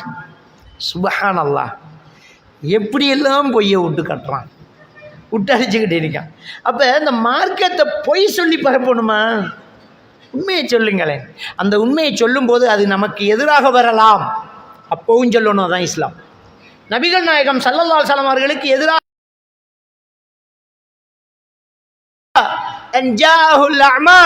அல்லாஹ்வுடைய தூதருக்கு எதிராக வந்த வசனம், அந்த குறைஷியர்கள் தலைவர்களிடம் பேச்சுவார்த்தை நடத்தி கொண்டிருக்கின்ற போது அவர்கள் ஒரு விஷயத்தை முன்வைக்கிறாங்க. சரி, நாங்கள் உங்கள் கொள்கைக்கு வாரோம், அந்த தாழ்த்தப்பட்டவன் அடிமை கீழ்த்தரமானவன் அவனையெல்லாம் வச்சுக்கிட்டு எங்களை சமனாக்கக்கூடாது, எங்களுக்கு வேறையா ஒரு தனி ஒரு இடம் தரணும் அப்படின்னு பேசிக்கிட்டு இருக்கும்போது அப்துல்லா இப்னு உம்மி மக்தும் ரலியல்லாஹு தஆலா அவர்கள் கண் தெரியாதவர், அந்த பகுதியில் அல்லாஹ்வின் தூதரின் சத்தம் கேட்டது.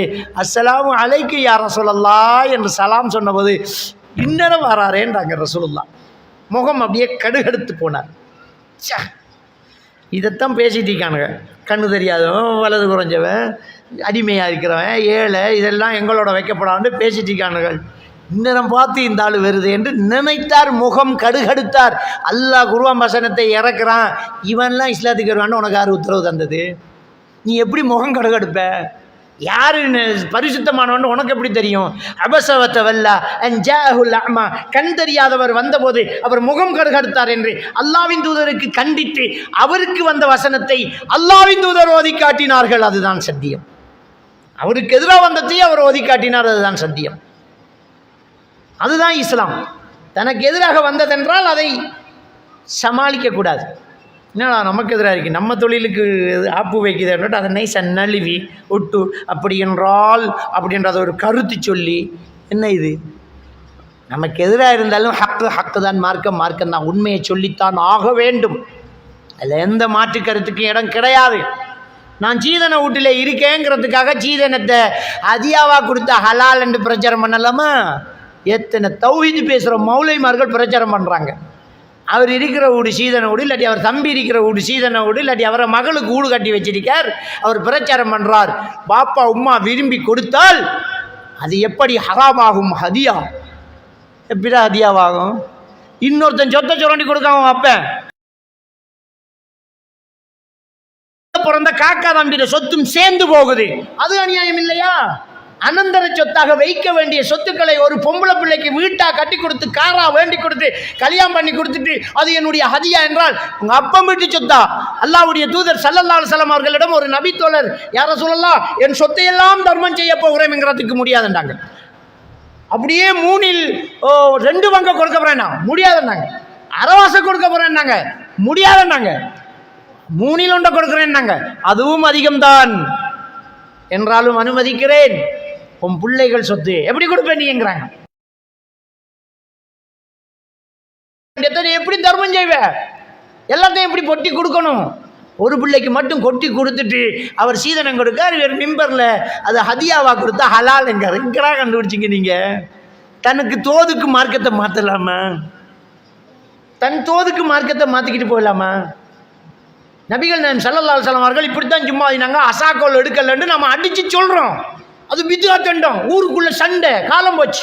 இப்போ ஒருத்தர் அசாக்கோல் எடுத்துட்டு அது பலகீனத்துக்கு பிடிச்சிக்கு நிற்கிறதுக்கு எடுக்கலாம் தானே. என்ன தானே? இவ்வளோ நாளாக எதுக்கெல்லாம் சண்டை பிடிச்சோம்? நம்ம எதுக்கெல்லாம் சண்டை பிடிச்சதெல்லாம் பித்ஆத்து, இதெல்லாம் கூடாதுண்டோம். இப்போ தோதுக்கு மார்க்கத்தை சொல்லக்கூடாது. அவர் மனசாட்சிக்கு விரோதமாக அப்படியே மாற்றி அப்படியே எடுக்கிறாரு. இஸ்லாம் ஒன்று தான், யாராக இருந்தாலும் கொள்கை ஒன்று தான், எல்லாத்தையும் அடித்து தான் சொல்லணும். யாராக இருந்தாலும் மார்க்கத்தை மாற்றல. இதுதான் இஸ்லாம். இப்படித்தான் இருக்குது குர்ஆனில். இருந்தால் ஹிரியில் அடிப்போம். இதுதான் இஸ்லாம். இந்த இஸ்லாத்துக்குள்ளே நீ இருக்க ஏழுமண்டா ஹிரி, நீ போ. இல்லாட்டி நீ இருந்துக்கிட்டு இஸ்லாத்தை போலியே சொல்ல முடியாது. அல்லாஹ்வின் தூதர் தடுத்ததை அனுமதிக்க முடியாது, அனுமதித்ததை தடுக்க முடியாது. அல்லாஹ்வின் தூதர் ஸல்லல்லாஹு அலைஹி வஸல்லம் அவர்களையே கண்டித்து அல்லாஹ் இறக்கின வசனம் தெரியுமா? சூரத்து தஹ்ரீம். அவர் ஒரு மனைவியிடம் போய் தேன் குடிச்சிட்டு வந்தாங்க. ஒரு மனைவியிடம் போய் தேன் குடிச்சிட்டு வந்தாங்க. தேனுக்காக அங்கே அடிக்கடி போய்த்துருவாங்களோ என்று இன்னொரு 2 மனைவி சேர்ந்துக்கிட்டு உங்கள்கிட்ட தேன் வாசம் வருது, எங்களுக்கு பிடிக்கல அப்படின்றாங்க. பிடிக்க மாட்டாங்க. தேன் வாசம் உங்களுக்கு பிடிக்கலையா? இனிமேல் நான் சத்தியமாக தேன் குடிக்க மாட்டேன்னுட்டாங்க. அல்லாஹ் குர்ஆன் வசனத்தை இறக்கலாம். யா அய்யுஹன் நபி லிம துஹர்ரிமு மா அஹல்லல்லாஹு லக். நீ எப்படி ஹராமாக்குவாய்? கண்டிக்கிறான் அல்லாஹ். அதை கூட மறைக்காம ஓதி காட்டினாங்க ரசூலுல்லாஹ். அல்லாஹ் என்ன கண்டிச்சிட்டான், நான் இப்படி ஹராமாக்க மாட்டேன், நான் தேன் குடிப்பேன்றாங்க. நான் தேன் குடிப்பேன், அல்லாஹ் ஹலால் ஆக்கினா நான் ஹராமாக்க முடியாதுன்றாங்க. அப்போ இவங்க தோதுக்கு சீதனம் ஹலால் ஆகுது, இவங்க தோதுக்கு மாத்துறாங்க. விளங்கிட்டா? அதுக்கு வேற காரணம் சொல்கிறாங்க. இப்படியெல்லாம் சொல்ல முடியாது. அவங்க பள்ளிக்குள்ளே போய் எப்படியாவது நம்ம கொள்கையை சொல்லலாம் தானே, அந்த சந்தர்ப்பத்தை மிஸ் ஆக்கலாமா அப்படிங்கிறாங்க. அப்போ அவங்க பள்ளிக்குள்ளே போய் சொன்னால் தான் அவங்களுக்கு போய் சேருமா? வெளியில் இருந்தால் ஃபேஸ்புக்கில் பார்க்க மாட்டாங்களாம்மா? அவங்க பள்ளிக்குள்ளே போய் ஹக்கை தானே சொல்லணும். ஹக்கை கொஞ்சம் மாற்றி திருத்தி சொன்னால் அவனும் திருந்திக்கிட்டு தான். அப்படி தான் நாங்களும் ஏற்கனவே இருக்கோம். இப்போ நீ என்னத்தை கிழிச்ச? அவனும் அப்படி தான் சொல்லுவான். அது கொஞ்சம் அட்ஜஸ்ட் பண்ணலாம் தானே. ஆனால் நீங்களே அசாக்கோல் எடுத்துட்டீங்க. அது மாதிரி தான் நாங்கள்னா எல்லாம் ஒன்றுக்குள்ளே கொண்டு ஒரு குட்டைக்க போட்ட மாட்டேன். இப்படி செய்யலாமா? ஒரு நாளும் இந்த மார்க்கத்தில் உள்ளதை உள்ளபடி சொல்லணும், மாற்றி அமைக்கக்கூடாது. நம்ம தோதுக்கு மாற்றி அமைக்கக்கூடாது. எதுவாக இருந்தாலும் தப்பு தான், சரிதான் அப்படிங்கிறதுல ரொம்ப கவனமாக இருக்கணும். அன்புக்குரியவர்களே, பொய் சொல்லி இட்டுக்கட்டி காரணம் சொல்லி சாட்டி சொல்லி இந்த மார்க்கத்தில் இருக்க வேண்டிய அவசியம் கிடையாது. இந்த மார்க்கத்தை மக்களுக்கு நிரூபிக்க வேண்டிய தேவையும் கிடையாது. உடைச்சி செல்வோம். அல்லாஹ் தஆலா அவனுடைய திருமறையிலே சொல்கிறான், நபியே உமக்கு ஏவப்பட்டதை போட்டு உடை அப்படிங்கிறான் அல்லாஹ். உமக்கு ஏவப்பட்டதை லிமா துமர், உனக்கு ஏவப்பட்டதை அப்படியே போட்டு உடை. ஒரு கண்ணாடியை போட்டு உடைக்கிற வசனத்தை அல்லாஹ் தஆலா என்ன செய்கிறான்? சொல்லி காட்டுறான். சொல்லு. ஹக்க சொல்லும் போது எதுக்கும் பயப்படக்கூடாது. ஹக்க சொல்லு. இதான் ஹக், இதான் இஸ்லாம், இதான் மார்க்கம். அல்லாஹ் இப்படி தான் சொல்கிறான். சொல்லு. அது சிலருக்கு ஏற்றுக்கொள்ள முடியாது, அவன் போகட்டும். ஏற்றுக்கொள்ள ஈமானின் பலம் உள்ளவன் ஏற்றுக்கொள்ளுவான். அப்போ அல்லாஹ்வான அதிசி, ஈட்டுக்கட்டப்பட்ட அதிசி, காரணம் சொல்லி அப்படி பார்க்க போனால் எப்படி வாழ்கிறேங்கிறதெல்லாம் இந்த இஸ்லாத்துக்குள்ளே வராது. உலகத்தை இதெல்லாம் சைத்தான் கொண்டு வந்து போகிற சாட்டு. மெஜாரிட்டி கூட அவ்வளோ பேர் இருக்காங்க. ரசூலுல்லாஹி ஸல்லல்லாஹு அலைஹி வஸல்லம் வாங்க மெஜாரிட்டி பார்க்க சொல்லலையே, அதிகமாக நாட்கள் இருக்காங்கன்னு பார்க்க சொல்லலையே. இந்த விஷயத்தை நாங்கள் தெளிவாக புரிஞ்சு